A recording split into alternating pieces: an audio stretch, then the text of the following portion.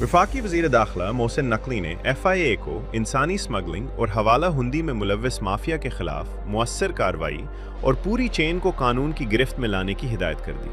मोहसिन नकवी ने FIA zonal office Lahore का दौरा किया, जहां उन्होंने खसूसी इजलास की सदारत की और जोनल ऑफिस के अपग्रेडेशन मंसूबे और इदारे की कारकर्दगी का जायजा लिया।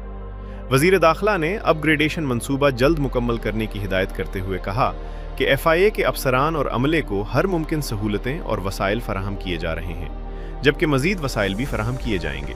इजलास में इंसानी स्मगलिंग और हवाला हुंडी में मुलव्वस अनासर के खिलाफ सख्त कार्रवाई का हुक्म देते हुए मोहसिन नकवी ने कहा कि माफिया की पूरी चेन को कानून की गिरफ्त में लाया जाए।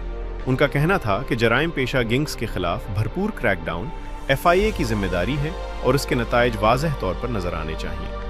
इजलास में मुल्क भर के एयरपोर्ट्स पर इमिग्रेशन काउंटर्स के पुराने कैमरों को तब्दील करके जदीद टेक्नोलॉजी के हामिल कैमरे नस्ब करने की उसूली मंजूरी भी दी गई, जबकि शिकायत के इंदराज के लिए पाक ID ऐप की खिदमात हासिल करने का भी फैसला किया गया।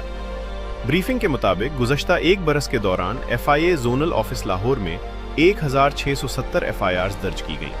5000 इंक्वायरीज में से 4000 निपटाई गईं, जबकि 295 इश्तिहारी मुल्ज़मान को गिरफ्तार किया गया।